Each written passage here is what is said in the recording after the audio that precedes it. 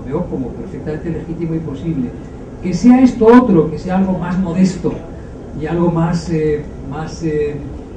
posible en el sentido de que incluso el cristiano debe, en este mundo de pecado o en este mundo caído, intentar llegar a ese estado, todas las dificultades. Creo que es legítimo también interpretarlo en ese sentido, ¿no? Nada más que eso. No sé si le he convencido, pero en todo caso es malo. ¿Sí?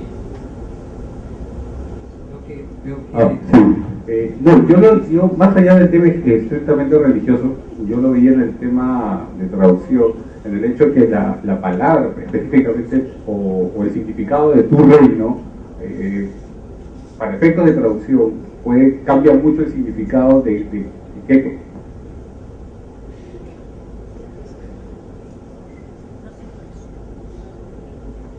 Puede cambiar mucho el significado de la traducción, sí, pero estoy de acuerdo.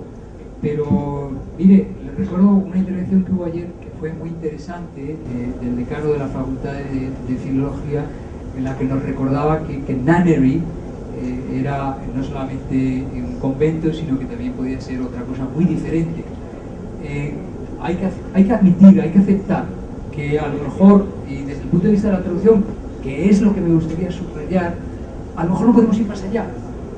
Es decir, tendríamos que dejar la palabra ahí, porque ahí es, digamos, deshacer la ambigüedad sería ir en contra de lo que es el espíritu original de la redacción. Y probablemente ahí nos meteríamos en aguas más complicadas.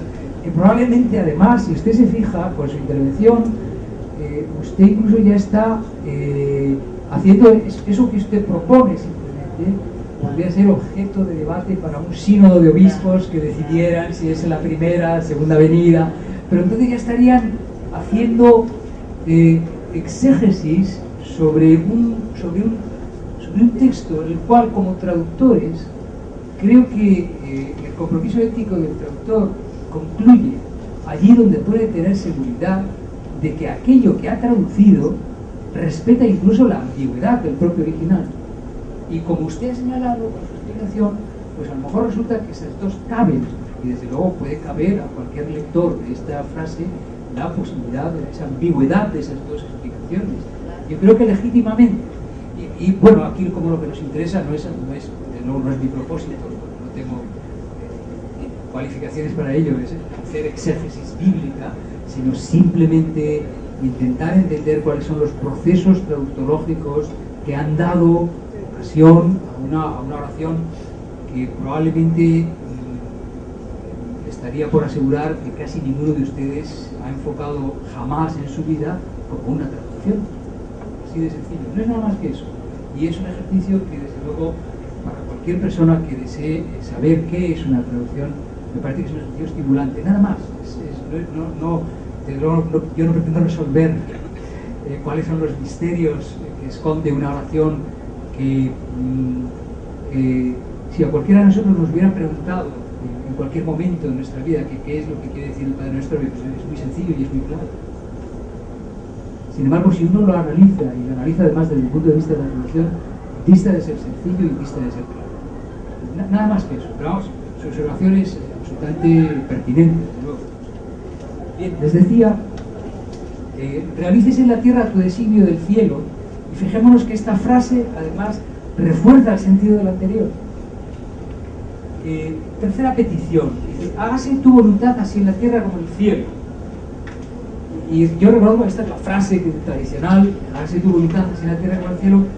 La verdad es que aquí Juan Mateos se pone gracioso, dice cosas muy divertidas, dice, la traducción ordinaria, hágase tu voluntad así en la tierra como en el cielo, se entiende poco. ¿Quién hace la voluntad en el cielo para que se haga en la tierra? No está claro. ¿Qué voluntad es esa? La palabra voluntad, que está en la traducción latina, voluntas, es una traducción deficiente. Y aquí entramos ya en la persona que obviamente está haciendo la comparación con el texto original y que va al texto latino, que es la fuente de autoridad, porque la Vulgata es una fuente de autoridad de la Iglesia Católica, y que nos dice que es una traducción deficiente porque la palabra griega significa algo concreto. Y eso concreto sí se refiere a un proyecto histórico, como es aquí, a un plan de Dios. entonces la traducción voluntad no es correcta. Ponemos tu plan, o una palabra más noble y más bonita que es designio. Fijémonos que aquí me pasa un poco como nos podría haber pasado incluso con Paulina Fox. Dice, más noble y más bonita. Y claro, es que eso de plan no le gustaba, sonaba plan de fin de semana. Esto no puede ser, vamos a poner algo, dice, más noble y más bonito. Pero fijémonos porque además, ¿qué es lo que debemos valorar en la decisión del traductor en este caso? Bueno, por supuesto todo, porque lo explica, claro. Pero él cree que la oración tiene que tener una palabra digna y bonita. Pero la pregunta que ahora nosotros tendríamos que hacernos, y la pregunta que incluso de una manera más directa plantearé más adelante, esto explicaba a unos pescadores en el siglo I, Galilea, por un señor que no había ido a la escuela, evidentemente, por unos señores que no habían ido a la escuela y que tendrían la educación oral, de transmisión oral común en la época para estas personas, y estamos hablando de palabras dignas y bonitas, sobre todo teniendo en cuenta además que en todo el Nuevo Testamento las reflexiones metalingüísticas de Jesucristo son extraordinarias, es decir, la forma en la que Jesucristo habla, de la forma en la que Él habla a las personas, es un asunto que reaparece continuamente en el texto, es decir, que Él era muy consciente de la clase de lenguaje que utilizaba y para quién lo utilizaba, es decir, que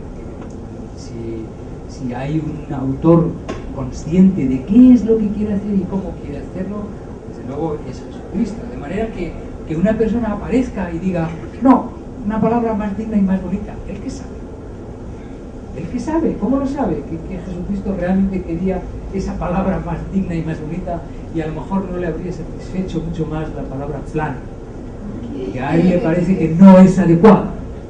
Bueno, esto no podemos resolverlo, no tenemos un registro lingüístico que nos permita saber exactamente cuál era el nivel en el que esto se recibía por las personas que pudieran escuchar estos textos en el momento. Sí, una pregunta aquí. No sé si el micrófono intermitente.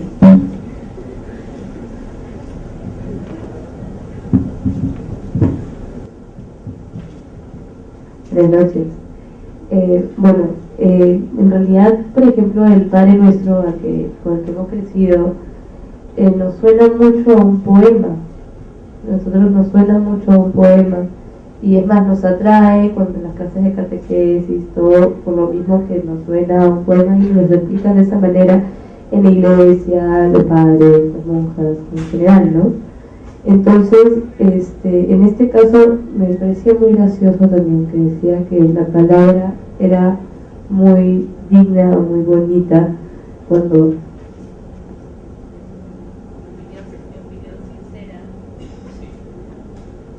Este micrófono tiene un talento especial para fallar cuando vamos a oír algo interesante. ¿Ya? Mi opinión sincera en realidad es que el Padre Nuestro que leyó al principio, a comparación de lo que estamos leyendo, no suena a que está, pero está...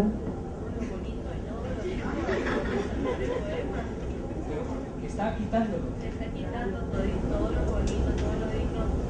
Ahora, si de repente lo trata de hacer sí. más comprensible, sí. está bien, pero creo que en realidad de que sí es comprensible, no por falta de exactitud o claridad tenga la forma que se ha formulado la frase, sino porque crecemos desde chicos ya con una explicación, con una concepción que nos da la misma iglesia, ¿no?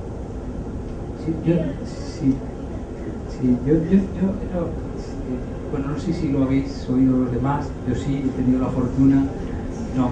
Bueno, dice que esta traducción a lo mejor es más exacta, pero voy a hacer una simplificación con tu permiso, pero es menos bonita, es decir, es menos atractiva desde mi punto de vista. Hay dos puntos de vista respecto de los cuales yo tengo que decirte que tienes razón y que no.